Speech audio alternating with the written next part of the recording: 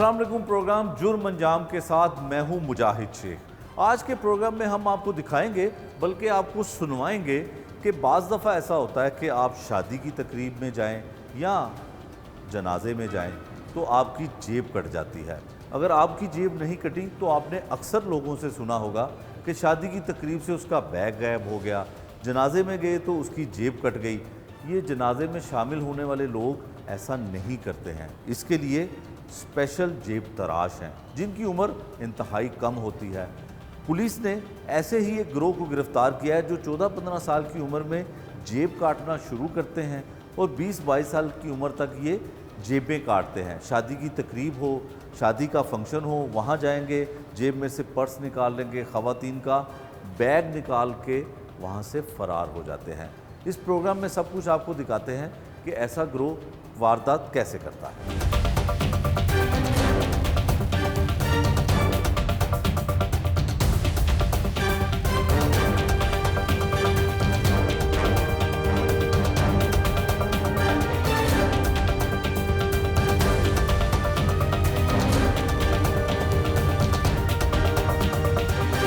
Investigation के wing जो NIU है, जो मंशियात फ़रोख्त करने वाले मुलज़मान को गिरफ़्तार करता है, उन्होंने ही एक बड़ा अहम काम किया है कि एक ऐसा मुलज़िम पकड़ा है जो शादियों की तकरीबात में, शादी की तकरीब में जाकर वहाँ पर जो है लोगों से लाखों रुपए की रकम लूटता था या छीनता था।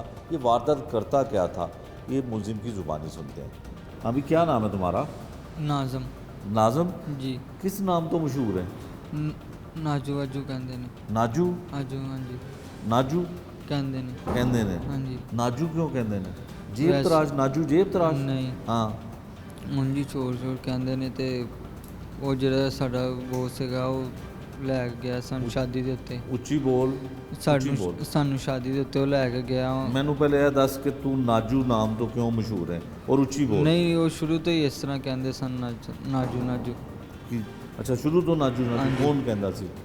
ਘਰ ਵਾਲੇ ਕਹਿੰਦੇ ਸਨ। ਘਰ ਦੇ ਵਿੱਚ ਕੌਣ ਕਹਿੰਦਾ ਸੀ? ਅੰਮੀ ਕਹਿੰਦੀ ਸੀ, ਅੱਬੂ ਕਹਿੰਦੇ ਸੀ, ਵਾਲਦਾ, ਭਾਈ ਵਗੈਰਾ ਕਹਿੰਦੇ ਭਾਈ ਵਗੈਰਾ ਕਹਿੰਦੇ ਸਨ ਨਾਜੂ।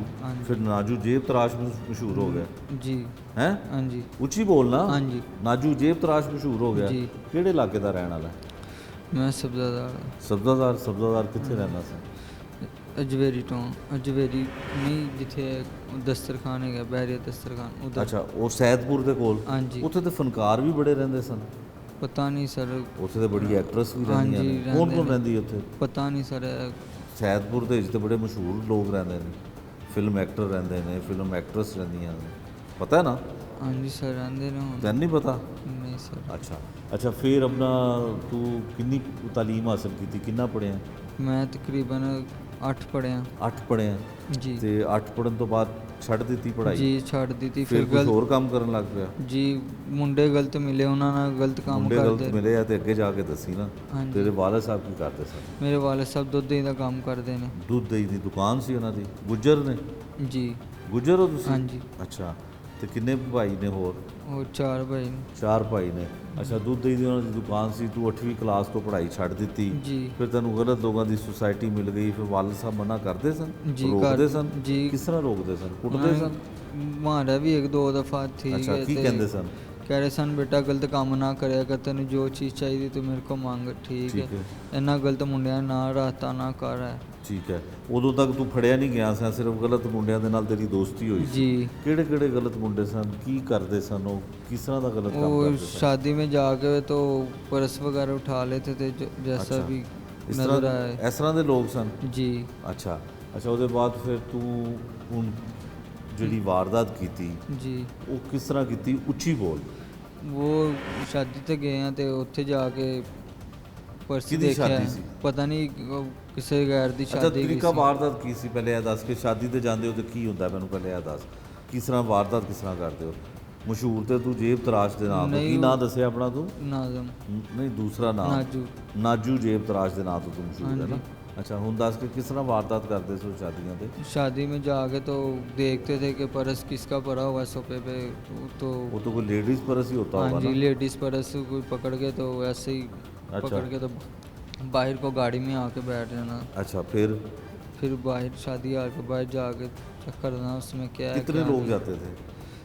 2-3 लोग जाते थे। तो पूरा ਤਿਆਰ ਸ਼ਿਆਰ ਹੋ ਕੇ ਜਾਂਦੇ ਸੋ जी ਵਿਆਹ ਵਾਲੇ तैयार, ਕੱਪੜੇ हाँ ਕੀ जी ਕੀ तैयार हो गए ਨਵੇਂ जाते ਕੱਪੜੇ ਰੱਖੇ ਸਨ? थे। जी ਕੀ ਪਾਉਂਦੇ ਸੋ ਕੱਪੜੇ ਕਿਸ ਤਰ੍ਹਾਂ ਦੇ ਪਾਉਂਦੇ ਸੋ? ਪੈਂਟ ਸ਼ਰਟ ਪਾਉਂਦੇ ਸੋ, ਸਲਵਾਰ ਕਮੀਜ਼ ਪਾਉਂਦੇ पैंट ਸੋ? शर्ट भी और सलवार कमीज भी कभी पहन लेते थे। ਅੱਛਾ ਪੂਰਾ ਤਿਆਰ ਹੋ ਕੇ ਜੀ। ਸੂਟਡ ਬੂਟਡ ਹੋ ਕੇ ਜਾਂਦੇ ਸੋ ਜੀ। ਵਿਆਹ ਤੇ ਕਦੀ ਉਹ ਲੜਕੀ ਵਾਲਿਆਂ ਨੇ ਨਹੀਂ ਪੁੱਛਿਆ ਕਿ ਤੁਹਾਨੂੰ ਤੁਸੀਂ ਕਿਦਾਂ ਦੇ ਮਹਿਮਾਨ ਹੋ? नहीं नहीं ਖਾਣਾ ਵੀ पूछा। ਉੱਥੋਂ ਖਾਂਦੇ ਸੋ? हाँ जी शादी तो- कभी खा लेते थे कभी नहीं खाते अच्छा, थे तो- जब मौका मिलता। ਤੇ ਪਹਿਲੀ ਵਾਰ ਦਾ ਤੂੰ ਕਿੰਨੇ ਸਾਲ ਪਹਿਲੇ ਕੀਤੀ ਸੀ? तकरीबन 2 साल पहले की थी। 2 ਸਾਲ ਪਹਿਲੇ ਕੀਤੀ ਸੀ। ਜੀ। ਤੇ 2 ਸਾਲ ਪਹਿਲੇ ਜਦੋਂ ਤੂੰ ਵਾਰਦਾਤ ਕੀਤੀ ਤੇ ਕੀ ਉੱਥੋਂ ਲੈ ਕੇ ਆਇਆ ਤੂੰ? ਕਿਸ ਤਰ੍ਹਾਂ ਪਰਸ ਚੁੱਕਿਆ ਉਹ ਜ਼ਰਾ ਦੱਸ। बस वो उसमें से 15-20 हज़ार रुपया निकला था। अच्छा लेडीज़ पर्स ही? जी। ठीक है। उसके, फिर उसके बाद ये किया। हाँ क्या किया उसके बाद? उसके बाद एक शादी पे गए, उस पर्स उठाया, साथ में सैफू नाम का वो लड़का था जिसने ये कामों में डाला है। अच्छा ठीक है। और सनी लड़का था, वो मुझे लेके गए अपने साथ अच्छा। शादी पे। तो उन्होंने ऐसा बोला कि ये पर्स उठा के तो बाहर लेके जाना है, तो इस पैसे निकलेंगे ये है वो, तो इस वजह से ये पर्स उठाया और बाहर लेके गए। ठीक है। तो वो पर्स में क्या था? पैसे थे उसमें। कितने? 12 लाख रुपया निकला था।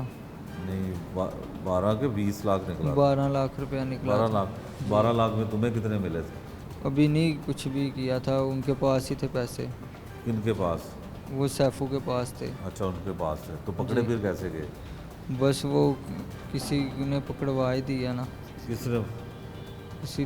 सीसीटीवी हाँ जी, कैमरे की CCTV फुटेज से? जी। अच्छा पहले कभी नहीं पकड़े गए तुम?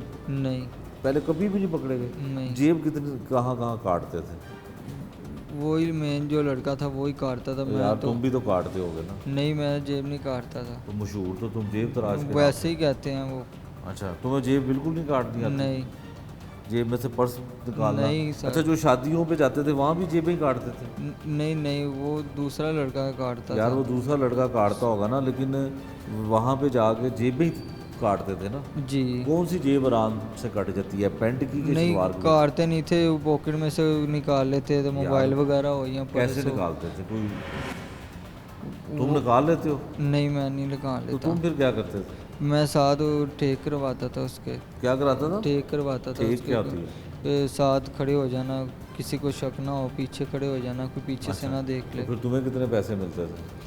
मुझे 5-10 हज़ार रुपया मिल जाता था। नहीं वो पर्स में से कितने पैसे निकलते थे, उसका कितने % मिलता था? वो तो जो जैसे भी मिलते थे 5-10 हज़ार रुपया मुझे दे देते एक थे। टाइम एक शादी का 5-10 हज़ार मिल जाता था? जी। अच्छा तो शादी देख के कैसे पता चलता था तुम्हें कि यहाँ पे जो लोग आए हैं बंदा किसकी जेब में पैसे होंगे, कैसे अंदाज़ा होता था? वो बस सलामियाँ वगैरह इकट्ठी होती हैं तो उधर बस। अच्छा सिर्फ शादियों की तकरीब पे तुम वारदात करते थे? जी। किसी और जगह पे नहीं? नहीं किसी बाजार में नहीं जाते नहीं। थे, किसी मार्केट में नहीं जाते नहीं थे? बिल्कुल भी नहीं। जहाँ शादी होनी है बस वहाँ वहीं पे। तुमने जाना है? जी। और जब शादियाँ नहीं होती थी फिर क्या करते थे? भूखे मरते थे? नहीं कुछ भी नहीं करते थे, फिर अपने नहीं, अपने अब- घर चले जाते अब थे। रमज़ान शरीफ का महीना हो तो वहाँ शादियाँ नहीं नहीं, होती नहीं तो फिर क्या करते थे? ईद भी आज नहीं होती है फिर, नहीं कुछ भी नहीं करते थे, फिर कैसे? बस वही बस अपना गुजारा कर लेते। फिर जब दोबारा शादियाँ शुरू होती थी फिर शुरू हो हाँ, जाती थी? जी। शादियों के अलावा तुमने वारदात नहीं करनी। कितने लोग थे तुम लोग? 3 लोग थे हम लोग। 3 लोग हैं। जी। उनमें से उस्ताद कितने हैं तुम्हारे? एक है उस्ताद? एक साथ था और एक साथ उसका में क्या नाम है लड़का तुम्हारे उस्ताद का? था। सैफू। सैफू। वो भी कभी नहीं पकड़ा गया? नहीं वो कहाँ का रहने वाला है? वो मरीद के का रहने मरीद वाला का रहने वाला है? मरीद के का। और दूसरा जो था तीसरा कौन है? है। जी। तीसरा वो- कौन है? वो दूसरा एक सनी लड़का है, उसके साथ होता है। अच्छा उसके साथ होता जी। है। अच्छा तो तुम नशा भी करते? नहीं मैं नशा कोई भी नहीं करता। तो क्यों इतने तके सो, तुके क्यों हैं? सोया हुआ उठाऊँ ना, हैं? सोया हुआ था इस वजह से। सोए हुए उठे हो? जी। अच्छा ये किस तरह से वारदात करते हैं? कितने लोग जाते हो शादी पे? क्या होता है और इसको क्या बोलते हैं? जो जेब काटता है या जेब से पैसे निकालता है, जो साथ होते हैं उसको क्या कहते हैं? और ऊंची आवाज़ में बात करो। वो टेकिया कहते हैं उसको, जो साथ में जाता है तो शादियों में जाके पैसे निकालते हैं। अच्छा ठीक जो है। साथ जाता है उसको ठेकिया कहते हैं? जी। और जो पैसे निकालता है उसको क्या कहते हैं? उसको कहते हैं कारीगर कहते हैं उसको। उसको ये कारीगर कहते हाँ हैं? जी। अच्छा तीसरे बंदे को क्या कहते हैं? 3 लोग जाते हाँ हैं? जी, 2 ठीक- ठेकी होती ठीक, हैं? 2 ठेकी एक कारीगर होता है? जी। अच्छा तो तुम्हें कितने अरसे से तुम ये जेबें में से लोगों के पैसे निकाल रहे हो, पर्स निकाल रहे हो? 3-4 साल हो गए। 3-4 साल हो गए हैं। तो जी। तुम्हारे वालिद को पता था कि तुम ये काम करते हो? नहीं, उनको नहीं पता था। तो उन्होंने तुम्हें इतने अरसे से पकड़े ही नहीं गए, ना पकड़ने की क्या वजह थी? पहले एक बार पकड़ा गया था तो पैसे दे के छूट गया था। अच्छा, जी। तुम्हारे वालिद को पता है कि तुम जेबें काटते हो, जेबों से पैसे नहीं, निकालते पहले उनको नहीं पता था, जब पकड़ा गया था तो फिर बाद में पता लगा। हो? फिर पता लग गया था। कितनी आज तक वारदातें की हैं? तकरीबन 3, 4, 5 की हैं। 4-5 काफ़ी की की हैं? हैं। जी। 3 साल में सिर्फ 4-5 की हैं? नहीं, मैंने उनके साथ बस ही 3-4 दफ़ा ही गया हूँ। 3-4 दफ़ा गए हो तो जेबें काटते हो? नहीं, ठेक करवाता हूँ। ठेक करवाते हो? जी। ठेक कैसे करवाते हैं ज़रा वो बताओ। ऐसे वो साथ में खड़े होके तो वो आगे खड़े हो जाते, पीछे से वो लड़का निकाल लेता है मोबाइल वगैरह। अच्छा, मैं ऐसे खड़ा हूँ, अगर हाँ, किसी तो ने मेरी पीछे जेब से- निकालनी है तो तुम ऐसे साथ खड़े हो जाओगे? हाँ जी, साथ ताकि खड़े हो शक ना हो जाएंगे। कि पीछे से कोई कर रहा है। देखे ना। तो फिर अगर उसको शक हो जाए तो फिर क्या करते हो? फिर बाहर निकल जाते हैं, उसको शक हो जाए तो वहाँ से निकलने की करते अच्छा, हैं। नशा क्या करते हो? कुछ भी नहीं, बस सादा सिगरेट वगैरह पीता सादा हूँ। सिगरेट तो चलो पीते हो ना, और क्या करते हो? नशा क्या करते हो? तुम्हारी शक्ल बता रही है नशा करते हो। नहीं, नशा नहीं करता वो, मैं सादा सिगरेट बस पीता हूँ। नहीं तो फिर ये क्या हाल तुम्हारा, इतना आहिस्ता को बोल रहे हो? अफीम खाते हो? नहीं नहीं, ऐसा कोई भी नशा चरस नहीं पीते कर हो? नहीं, कुछ भी नहीं करता सर, मैं सिर्फ सादा सिगरेट पीता हूँ। सादा सिगरेट भी तो नशा कोई नहीं करते? नहीं, तो नशेइयों जैसी हालत क्यों है तुम्हारी? बस ऐसे ही कैसे क्या दुख है परेशानी पकड़े जाने की का? जी, परेशानी की वजह से। परेशानी तो पहले परेशानी नहीं थी कि काम ही ना ये करो? बस वो गलत लड़कों में बैठ बैठ के उनके साथ जा जा के गलत काम किए हैं, कितने तो अरसे से गलत काम कर रहे हो? यही 2-3 साल हो गए। 2-3 साल से गलत काम कर रहे हो और 2-3 दिन में तुम सही हो जाओगे? नहीं, बस वो अब छोड़ देना ये काम? जी तुमने? छोड़ देना, छोड़ बस के जो क्या गलती करना है? अपने वालिद साहब के साथ काम करना है। दूध दही का? जी। बस इसके अलावा और कुछ नहीं करना? नहीं, बाकी लोग साथी तुम्हारे नहीं पकड़े गए? नहीं पकड़े गए, वो भाग गए हैं। वो भाग गए? जी। ये वाला जो जेब तराश है, इसकी खासियत ये है कि ये 3 से 4 लोगों का ग्रोह है। जो शादी की तकरीबात होती हैं, खुशी की तकरीबात होती हैं, वहाँ पर ये नए और अच्छे कपड़े पहनकर उसके अंदर शादी के हाल में दाखिल हो जाते हैं। वहाँ पे खाना शाना भी खाते हैं, पार्टी भी करते हैं, और उसके बाद ये देखते हैं कि किस शख्स की जेब में मोटा पर्स है, मतलब पर्स में पैसे ज़्यादा हैं। फिर ये उसको फॉलो करते हैं और उसकी जेब में से पर्स निकाल के तो उसमें जितनी भी रकम हो फिर ये 3 हिस्सों में तकसीम कर लेते हैं। पिछले 2 से 3 साल से ये इस तरह की वारदातें कर रहे हैं। आपने अक्सर सुना होगा कि शादी की तकरीब में या खुदा न खासा किसी जनाजे में आप गए हों तो आपकी जेब कट जाती है। इस तरह के लोग होते हैं। इसकी शक्ल आप गौर से देखिए कि ये इस तरह के लोग होते हैं। इस तरह से कम उम्र जो है वो मुलजिम होते हैं, जो शादी की और जनाज़ों में जाकर लोगों की जेबें काटते हैं, और इल्ज़ाम जो है वो किसी पर भी नहीं लगता, मुकदमा वो भी किसी पर दर्ज नहीं होता। लोग सब्र शुक्र कर लेते हैं कि एक खुशी की तकरीब में या एक अफसोसनाक जो है अफसोस करने के लिए किसी के घर पे हैं, तो वहाँ पर इस तरह के लोग ये वारदात करके फ़रार हो जाते हैं। जेब तराश अक्सर पकड़े जाते हैं। जेब तराशों की जो है दुर्गत भी बनती है, पुलिस उन्हें गिरफ़्तार भी करती है। लेकिन इस तरह के लोग शादी की तकरीब में या जनाजे में ऐसी वारदात करके जब वो जाते हैं तो इनके ऊपर किसी को शक भी नहीं होता। कम उम्र जो है इस तरह के मुलजिम होते हैं और वो बड़ी आसानी से लोगों की तकरीबात में घुल मिल जाते हैं, किसी को पता भी नहीं चलता कि ये क्या करने आए।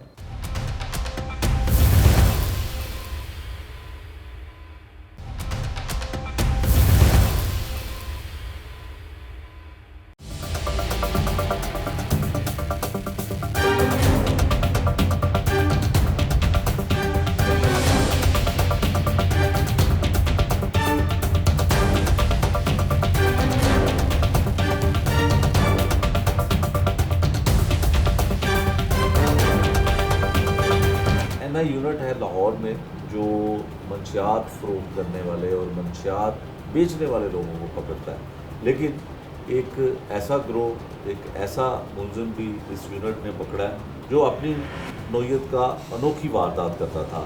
डीएसपी हैं मज़हर इकबाल साहब, इनसे पूछते हैं कि ये जो ग्रोह गिरफ़्तार हुआ है, ये शादी की तकरीबात में, जनाज़ों की तकरीबात में किस तरह की ये वारदातें करता था। मज़हर साहब, बहुत शुक्रिया आपका आप तो मंशियात फरोशों को पकड़ते हैं, मंशियात फरोशों को नकेल डालते हैं। इस दफ़ा आपने एक ऐसा ग्रोह पकड़ा है जो शादी में जाए, जनाजे में जाए तो वहाँ पे अजीब सी वारदातें करते हैं। क्या करते क्या हैं, इसका तरीका क्या है? बिस्मिल्लाहिर्रहमानिर्रहीम। आपने अक्सर सुना होगा कि कब किसी जगह कोई शादी में, जनाजे में या किसी दूसरे ये सियासी फंक्शन में अक्सर जेब कट जाती है। बिल्कुल सुना है।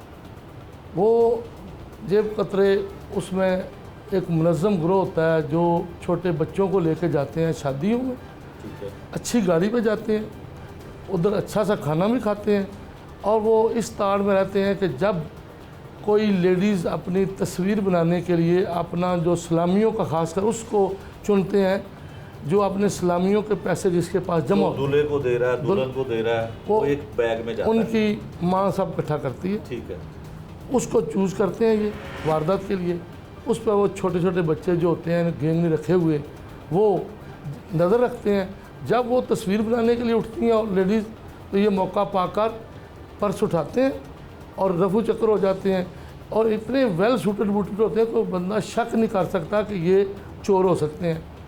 इसी तरह एक शादी थी रायबंद रोड में किसी सीनियर ऑफिसर की बेटी की, ठीक है। उसमें ये ग्रोह गया है। इसमें 3 लोग थे, एक सैफ था उर्फ सैफू, एक अमायूं और ये एक लड़का नाज़म उर्फ नाजू जो बाद में शनाख्त हुआ है। ठीक है। ये उस शादी में गए हैं, इन्होंने खाना खुना खाया है और दुल्हन की माँ पर नज़र रखी है। जब वो सारा कुछ इकट्ठा हो गया रुखसती से पहले, ठीक है। तो वो उसने अपना पर्स किसी जगह रखा है टेबल पे, तो ये मौका पाकर जो बाद में शनाख्त हुआ है नाज़म नाजू, ये उठा के बाहर आता है, जिसे कैमरे की आंख जो है वो कवर कर लेती है। ठीक है। ये बाहर निकलता है, अपना कोट जो है उतार लेता है, वो उस पर्स पे दे लेता है, बाहर आता है, गाड़ी में बैठता है और ये रफू चक्कर हो जाते हैं। ठीक है। हमारे सीनियर ऑफिसर ने हमें ये टास्क दिया कि ये रकम कितनी होती है? ये इसमें रकम थी तकरीबन कोई 20 लाख के करीब, अच्छा, 20 लाख। जिसकी FIR दर्ज है। ठीक है। उसकी बाकायदा तफ्तीश DIG साहब हमें मार्क करते हैं। ठीक है। हम उस वारदात की शादी हाल से फुटेज लेते हैं, फुटेज लेके फिर हम अपने एक टीम बनाते हैं काशिफ ASI की निगरानी में, काशिफ ASI की जेर निगरानी। ठीक है। वो टीम फुटेज लेके उस पर वर्क करती है। इस किस्म के बंदे जो वारदातें करते हैं पूछ-गिछ करके हमें फिर बाद में ये पता चल जाता है कि ये वारदात नाज़म और नाजू ने की है, जो कि रायबंद रोड का रहने वाला है, जो तकरीबन 5 साल से इस किस्म की वारदातें कर रहा है मगर आज तक पकड़ा नहीं गया। अच्छा, ठीक है। क्योंकि कोई सबूत नहीं था, पहले वीडियो नहीं और थी। ये वारदात इसी तरह से करते हैं, शादी है वहाँ पे चले गए, वहाँ पे वारदात की और चले गए। यकीनन इस तरह की जब वारदात होती है उसकी लोग FIR भी करवाते हैं, यार पर्स चोरी हो गया, जेब कट गई, शादी की तकरीब में। क्योंकि दूर दूर से मेहमान आए होते हैं, कोई पुलिस के चक्कर में नहीं पड़ता कि शायद हमारी बरामदगी ना हो, मगर अल्हम्दुलिल्लाह जो केस रिपोर्ट होता है और जो पुलिस अफसर मेहनत करता है वो इंशाअल्लाह कामयाब होता है गैंग को पकड़ने में। ठीक है। हमने इस केस पर मेहनत की और फुटेज हासिल की और इसको गिरफ़्तार किया और इससे अल्हम्दुलिल्लाह 15 लाख रुपये अब तक रिकवर हो चुका है और मज़ीद तफ्तीश जारी है। इसके 2 साथी जो अभी तक रूपोश हैं उनके हमने अदालत से वारंट लिए हुए हैं और उन्हें भी हम इंशाअल्लाह पकड़ेंगे और जो बकाया रकम है वो भी बरामद करेंगे। अच्छा मज़हर साहब, ये बताएं कि जो मुलजिम आपने गिरफ़्तार किया है इसकी भी उम्र इतनी ज़्यादा नहीं है, और ये इसका तरीका वारदात क्या है कि पैसे कहाँ खर्च करते हैं और कहाँ पे ये गायब हो जाते हैं? शादी की तकरीब हो तो वो तो ज़ाहिर है एक सीज़न होता है, रमज़ान में शादियाँ नहीं होती हैं, फिर उस दौरान ये क्या करते हैं? फिर जनाज़ों में ऐसे करते हैं? ये इस तरह के इनके जो जिस तरह हर महकमे में दायम प्रमोशन होती है ना, ये छोटे बच्चे किसी गलत हाथों में चले जाते हैं, जो माँ बाप की तवज्जो का शिकार नहीं होते, माँ बाप की यानी कि तवज्जो उन पर नहीं होती, वो बुरी सोसाइटी में पड़ जाते हैं। और जो बुरे लोग हैं इस किस्म के जो वारदातें करवाने वाले इन बच्चों को इस्तेमाल करते हैं। ये बच्चे जो कुछ चोरी करते हैं ला के अपने बॉस को दे देते हैं, वो इन्हें चंद अच्छे सूट ले दिए, बूट ले दिए, परफ्यूम ले दिया, कोई सैर करा दी, कोई फिल्म दिखा दी, जिस कई बच्चों को वो नशे पर लगा देते हैं, ठीक है। जिससे वो अपना नशे की खातिर फिर इनके पास अक्सर रहते हैं और वारदातें करने पर मजबूर हो जाते हैं। ये जो नाज़म और नाजू है, ये भी तकरीबन 6 साल से उनके पास है। अभी इसकी उम्र 20 के करीब है। ये तकरीबन 14 साल का था तो इस गिरोह के नरगे में है, जिसे अब हम पकड़ के बरामदगी कर चुके हैं। और इस तरह के और गैंग भी हैं। जब आपने सवाल किया कि शादी नहीं है, अब शादी का सीज़न नहीं है, तो माह रमज़ान में जब कोई बड़ा जनाजा होता है ये उधर चले जाते हैं, या कोई ऐसी शॉप जिधर भल्ले पकौड़ियाँ, फ्रूट चाट और जिधर या कोई अच्छी अफ्तारी का कोई तकरीब हो, महफिल नात की हो, तो जहाँ रश होता है, ठीक है, या सियासी कोई जलसा हो, सियासी बैठक हो, ये उधर जाके मौका पाकर अक्सर मोबाइल और पैसे निकाल लेते हैं, पर्स निकालते हैं। मेरी ये अपना एक आवाम को एक राय है कि जब वो जनाजे में जाएं, अपनी कभी भी मोबाइल दाएं वाली जेब में ना रखें और पर्स भी अपनी दाएं वाली जेब में रखें, सलवार वाली जेब में या बास्केट में डाल दें। ये एहतियाती तदाबीर है। शादी में जाते हैं, जब खाने के लिए जब बंदे सारे उठते हैं तो सारे कहते हैं कि मैं पहले प्लेट पकड़ूं, पहले प्लेट पकड़ूं। वो प्लेट पकड़ने के चक्कर में आगे जाते हैं, रश पड़ता है, ये उधर भी मौका पाकर उठा लेते हैं, पर्स निकाल लेते हैं, पैसे निकाल लेते हैं, मोबाइल निकाल लेते हैं। यानी कि ज़्यादा ये बच्चे इस्तेमाल होते हैं, फिर वो बड़े हो जाते हैं, फिर वो उनके बास बन जाते हैं। कुछ नशे पे लग के वैसे तबाह हो जाते हैं, कोई पकड़े जाते हैं, जेल जाते हैं, क्योंकि जेब तलाशी एक ऐसा जुर्म है जिसमें कोई लंबी सज़ा नहीं है या इतनी ज़्यादा देर, तो ना ही को अवाम इस चक्कर में पड़ती है कि हम पैरवी करें, अदालतों में जाएं, जिसकी कोई हैवी अमाउंट हो वो पैरवी करता है, नहीं तो छोटी मोटी वारदात में कोई सरदर्द नहीं लेता, जिससे ये जुर्म पलता है और लोग इसे इजी टारगेट समझते हैं कि ताकि कमाने का ये आसान तरीका है। इस तरह। अच्छा मतलब साहब ये बताएं कि जिस तरह से ये मुलजिम गिरफ्तार हुआ और आप बता रहे हैं कि ये बच्चों पे मुश्तमिल गैंग होते हैं, छोटे बच्चे उम्र में, कम उम्र के बच्चे होते हैं जो इनके नरखे में आ जाते हैं, तो आप ये बताएं कि ये कितने गिरोह होंगे लाहौर में, या कितनी ऐसी मुलजमान की तादाद होगी जो ऐसी तकारीब और ऐसी जेब तराशी की वारदातें करते हैं? काफ़ी गैंग लाहौर में एक्टिव है, काफ़ी गैंग है।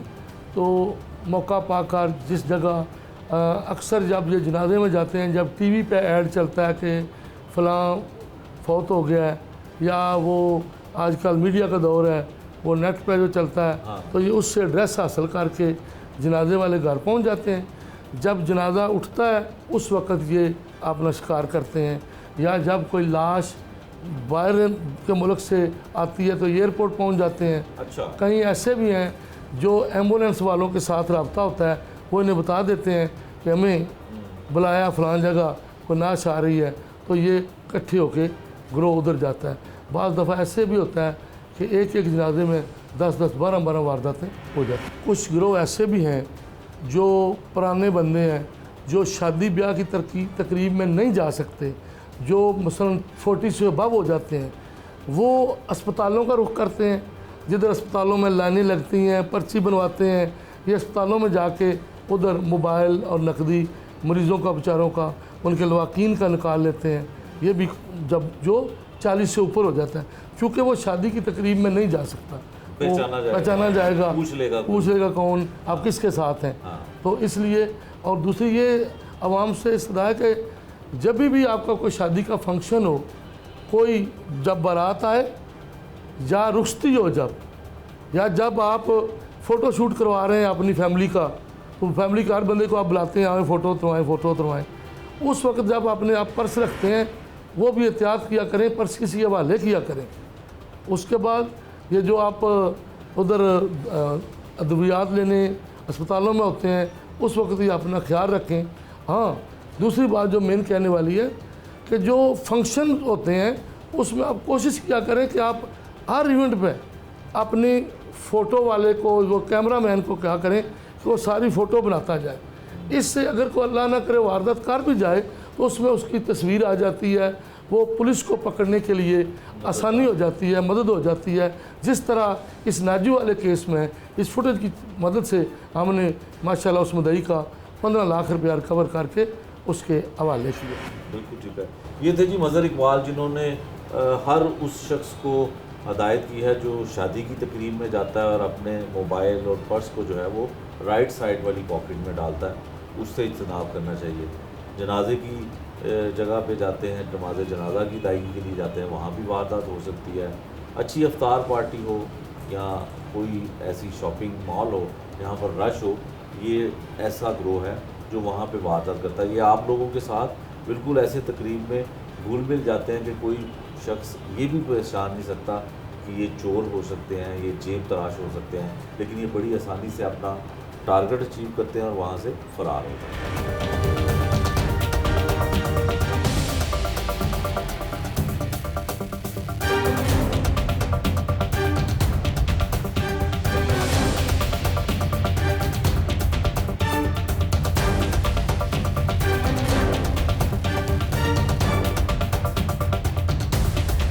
आइयो हैं जी इस केस के काशिफ साहब, इनसे पूछते हैं कि सीसीटीवी फुटेज मिल गई, मुलजिम किस तरह से वारदात करके फ़रार होता है, फिर क्या इन्होंने किया कि उसकी शनाख्त हुई और उसे गिरफ़्तार कर लिया। काशिफ साहब, ये जो जेब तराश है इसको किस तरह से आपने शनाख्त किया? सीसीटीवी फुटेज तो आपको मिल गई शादी हाल से, फिर इसको पकड़ने के लिए यकीनन थोड़ा सा मेहनत तलब काम था, तो कैसे गिरफ्तार हुआ, कैसे शनाख्त की गई? इसको जी पहले हमने सीआरओ ब्रांच गए हैं, उधर से ये साहब रिकॉर्ड याफ्ता था। अच्छा, ये साहब का रिकॉर्ड याफ्ता है? याफ्ता है। अच्छा, हमारे साथ जब इसकी बात हुई है तो झूठ बोलता ये है। बिल्कुल झूठ बोलता है। अच्छा, ये बड़ा ये साहब का रिकॉर्ड याफ्ता है और इसकी उधर से भी फुटेज मिली, इसका एड्रेस मिला, फिर हमने अपने सोर्स के ज़रिए अच्छा, जो हमारे ये किसी मुकदमे में चलान हुआ हुआ? जी जी, अच्छा, फिर हमने अपने उधर हार्बर छोड़े इसकी पताजोई के लिए, फिर ठीक इसको है। हमने प्रॉपर इसको गिरफ्तार किया है, रिकवरी की है। ठीक है। तो ये गिरफ्तार कैसे हुआ? मतलब इसका एड्रेस वगैरह पता था, अपने घर पे ही था वारदात करके? हाँ जी। अच्छा, गिरफ्तार हुआ। जी, तो इसके इसको- कितने और साथी हैं और कितने लोग बाकी हैं जिनको? इनके मुख्तलिफ टाइम में मुख्तलिफ साथी होते हैं, एक को छोड़ा दूसरे को पकड़ा, फिर अच्छा। अगले को छोड़ा।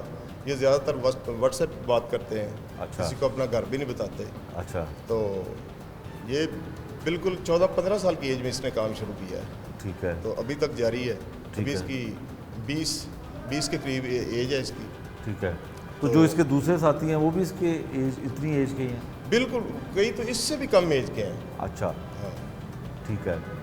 तो और वो जो ज़ाहिर खास बात है, जो छोटी एज में काम शुरू करता है फिर वो बड़ा भी होगा, जवान भी होगा। हाँ, फिर ये इनकी भी समझें कि ये भी प्रमोट होते जाते हैं।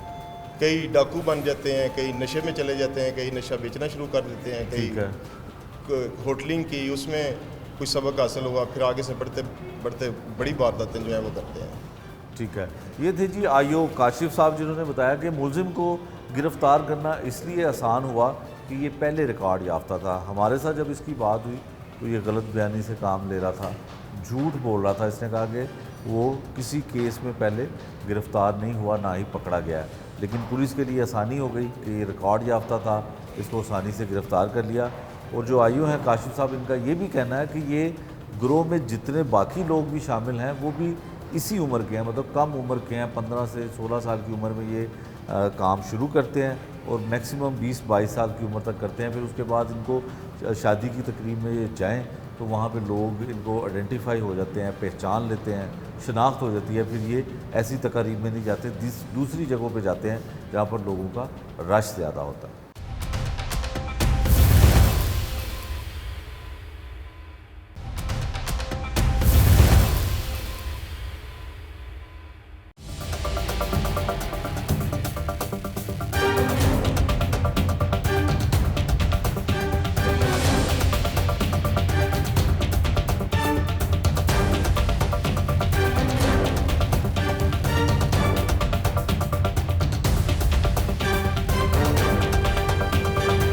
मुलजिम वारदात कैसे करता है ये तो आपने उसकी ज़ुबानी सुन लिया।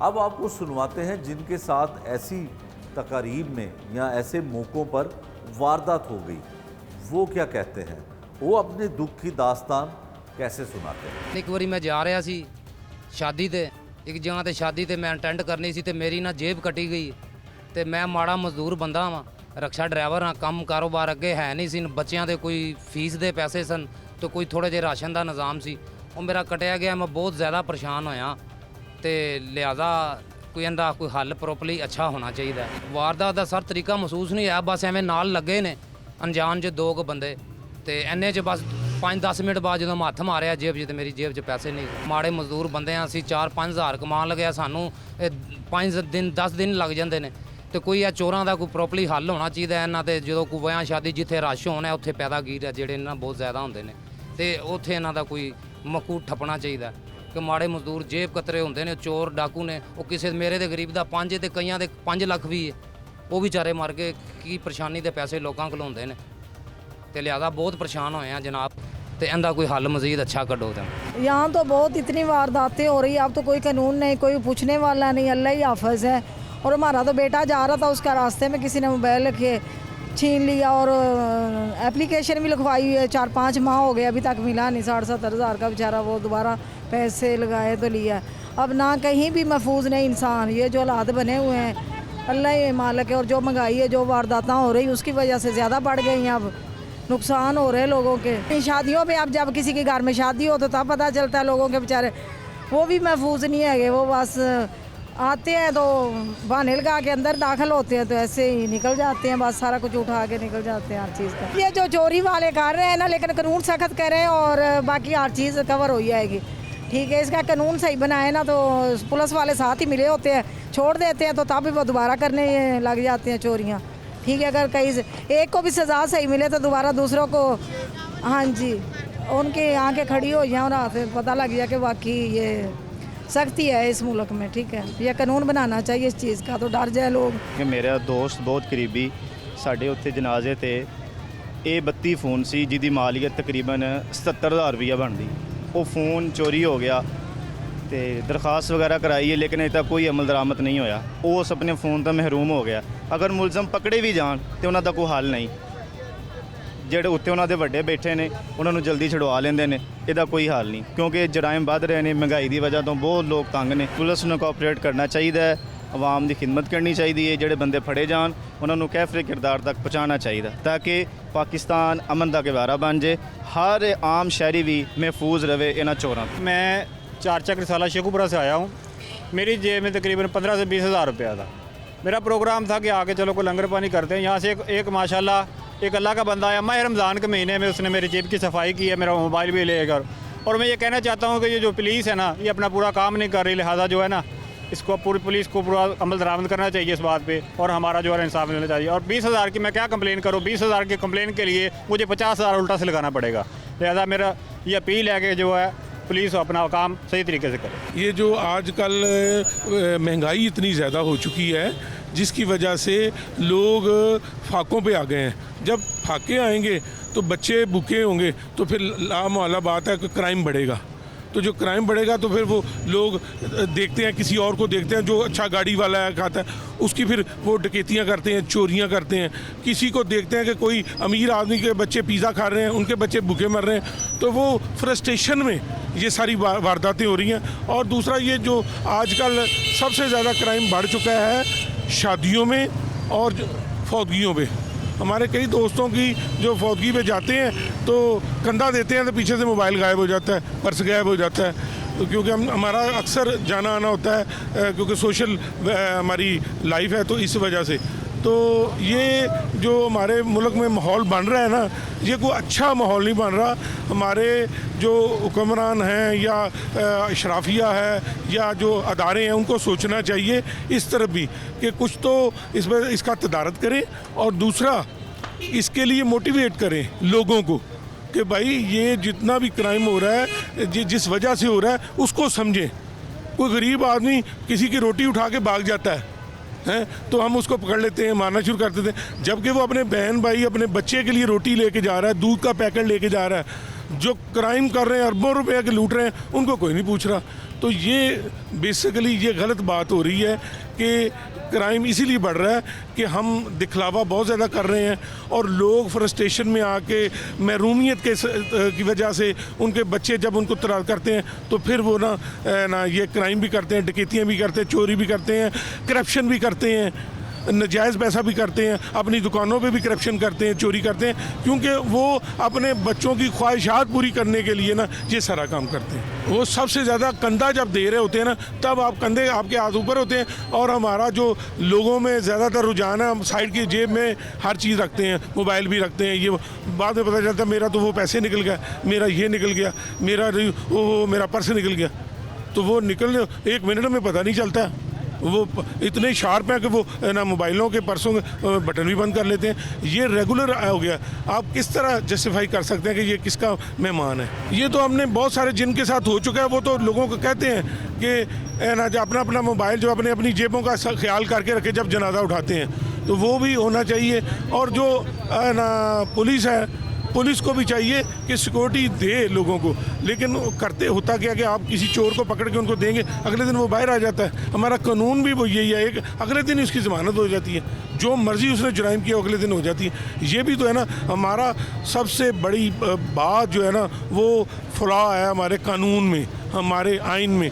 उसमें नज़रिया ज़रूरत के तहत या इस वक्त के माहौल के साथ तहत उसमें अमेंडमेंट की ज़रूरत है कि जो चोरी हो रही है, सिग्नेचिंग हो रही है, किसी के साथ फ्रॉड हो रहा है, और बहुत सारे मसाइल हो गए जो इस वक्त हैं। 1978 में आइन बना था, 50 साल हो गए हैं, ये 2 दिन पहले मनाए गए हैं। तो 50 साल में जो जो तब्दीलियाँ आई हैं, जो जो केसों में हो रहा है, वो उनमें ना बात करने की ज़रूरत है, उसमें अमेंडमेंट में लाने की ज़रूरत है, उसमें ना मुख्तलिफ जो क्लॉज होती है ना, वो डालने की ज़रूरत है, क्योंकि वो इस वक्त माहौल बन चुका है, उसको बेहतर करने की ज़रूरत है। ये था आज का जुर्म अंजाम, जिसमें हमने आपको दिखाया कि कम उम्र जेब तराश किस तरह के मौक़ों पर वारदात करते हैं, इनके पीछे कौन होता है, इनको कौन प्रोटेक्ट करता है, और ये वारदात करने के बाद जाते कहाँ पे हैं। नए प्रोग्राम तक के लिए मुझे दीजिए इजाज़त। अल्लाह निगहबान।